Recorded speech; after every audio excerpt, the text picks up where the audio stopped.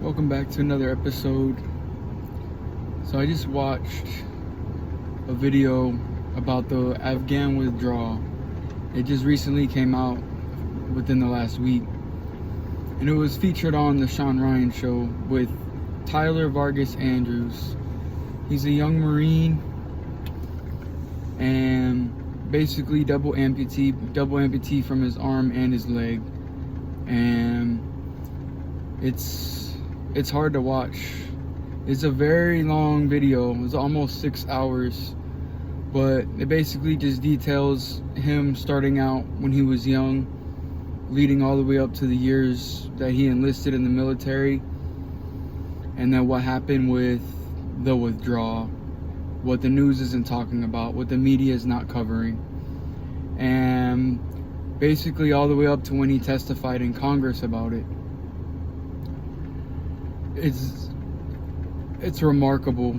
This story is incredible, and there's a lot of stories of veterans. Some of them don't ever get their story out there, but this one's just hard because of the magnitude of it. With the whole Afghan withdrawal, the way it was done, they had no time to really prepare for it. And to me, it's just a slap in the face, to be honest. It's a big slap in the face to our country, to our administration, to everybody that's in power, all the politicians, how spineless and cowardice they are.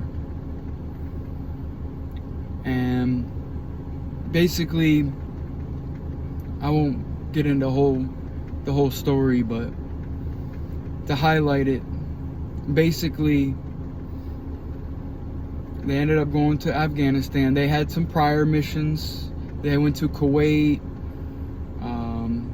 They were supposed to go to Syria, but you know how the command is, and you get orders, they switch up on your orders. So finally, anyways, August 2021, they get the call to go to Afghanistan. And they go there, and they had word that there was a suicidal bomber. And basically these guys, this platoon, it was a sergeant, it was Vargas, the guy that was the Marine that was being interviewed. His platoon were stationed in Kabul, and they were around a tower, and then there was a canal off to the tower, and then there was a gate where all of the people were there, and they were trying to basically flee and wanted to escape the Taliban. Women, children, civilians, and basically these Marines were tasked with going over documents, looking at passports, and then they were on watch. They split their time between checking with the people and going over passports, and then they were on watch. So the initial call went out that no, they were not to fire upon anybody unless somebody was considered a threat, which they were. And basically, to narrow it down, they had a description of what was a suicidal bomber in one of the local neighborhoods, and he was making his way down to where that gate was. And so they went up to the chain of command, and it was a lieutenant and a general, I believe, that were involved in this. And basically Tyler went up to the chain of command and said, this guy matches the description that you guys said to be aware of. And they said, well, we can't give up his location, but yes, that's the description that matches. So he went up back to the tower, had somebody come down and confirm his identity, that yes, indeed, that was a suicidal bomber. And so Tyler said, do we have permission to engage?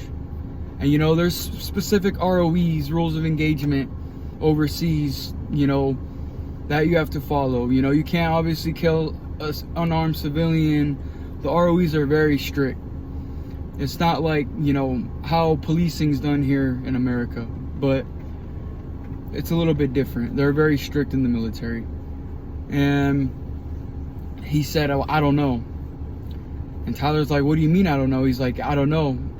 I don't know if you know, if we're allowed to engage on him. But he said, I'll follow up with you. Well, they never, Tyler and his platoon never got a follow-up. The guy left, went back into the crowd, and not to mention there was thousands of people. The crowd was huge. So trying to find somebody in that crowd was very difficult. So he disappeared back into the crowd. Never saw him again, never heard anything of him. Never got confirmation that they had permission to engage the target, which basically they were going to take him out and kill him. He was a suicidal bomber. That's the biggest threat you can be. Well, it was too late. The explosion went off, bomb went off. Just chaos everywhere, all around. His buddies died. I know it was 13 service members that ended up dying that day. Like 100 and something Afghan civilians died. Countless service members injured. Catastrophic event. And anyways, he basically recalls the details over there, not only just the explosion, but the lives that he touched, how scared the children were, how scared the women were, and the lengths that they were going to flee the country. They were terrified of the Taliban. He mentioned the women were even climbing over the fence to have the barbed wire choke themselves and kill themselves. And then basically, the biggest shot of them all, the biggest gut-wrenching moment, is not only the bomb going off. It could have completely been involved because somebody's incompetence didn't know whether to engage the confirmed target or not. That all would have been avoided.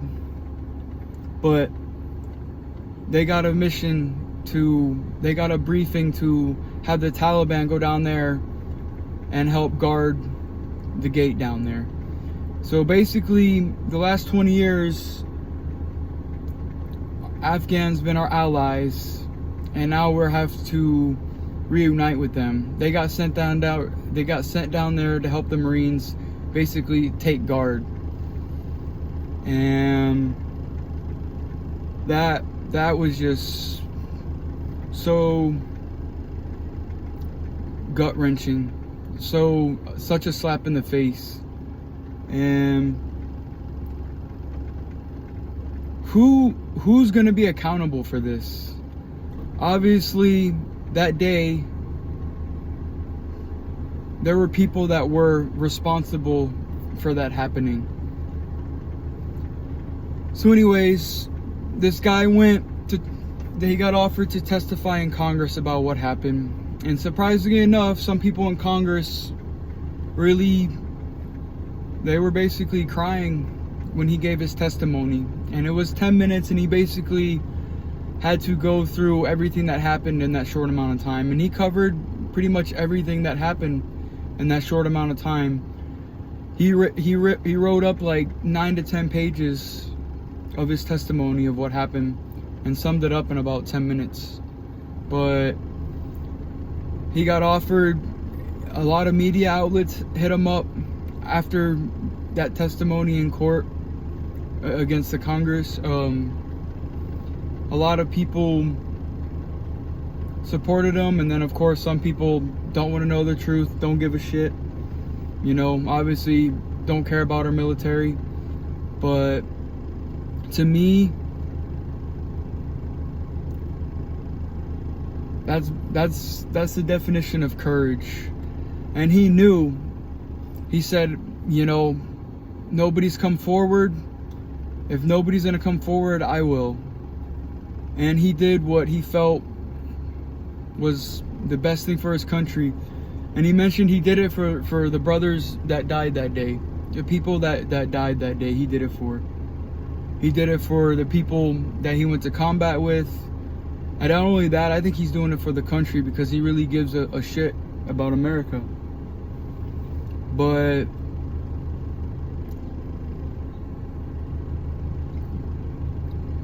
that man, as long as not just him but all our service members have been through so much, and for them to just get treated like crap with their own country is so disheartening.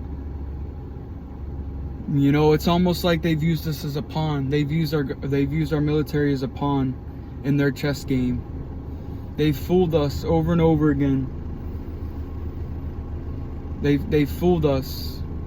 Gave us the dream, gave us the benefits to serve our country. There's nothing better you can do than serve our country. We'll take care of you. Just to come over here and get shit on.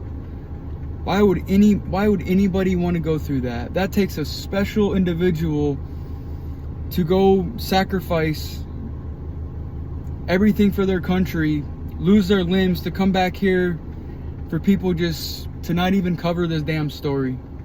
Just turn the other way. Don't even bat an eye.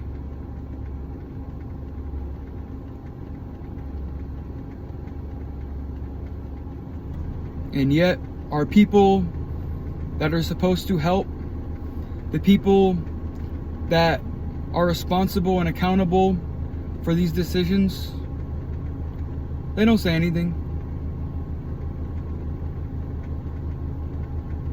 They expect you to keep your mouth shut. Don't tell anybody. And the sickening part of that story is that the president, Biden, actually went there and wanted to meet this guy. And he met this guy in the hospital and whispered to him, "What can I do for you?" And the guy stated that his mom was in the room with him, and his mom was infuriated by that. Like, what do you mean? What do you want me to do? And the mom answered for him and said, he just wants to be himself. And Biden's like, oh, okay. And they had to take him out of the room. This administration is stupid, heartless, evil. Just how weird. This guy, and not to mention Biden tried to shake his hand. The guy had no arm. Tried to shake his hand, and the Marine says, "I have no arm." And Biden's like, "Oh," and tried to grab his fingers that were casted in his other hand. Like, you can't make this shit up. You don't make this shit up. This is experiences that these people are going through and experiencing. And nobody gives a shit about it. Nobody gives a fuck.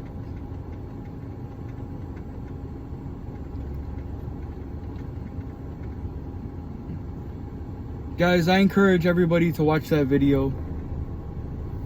I know the withdrawal was already in the past, but the story's just getting out on what really happened.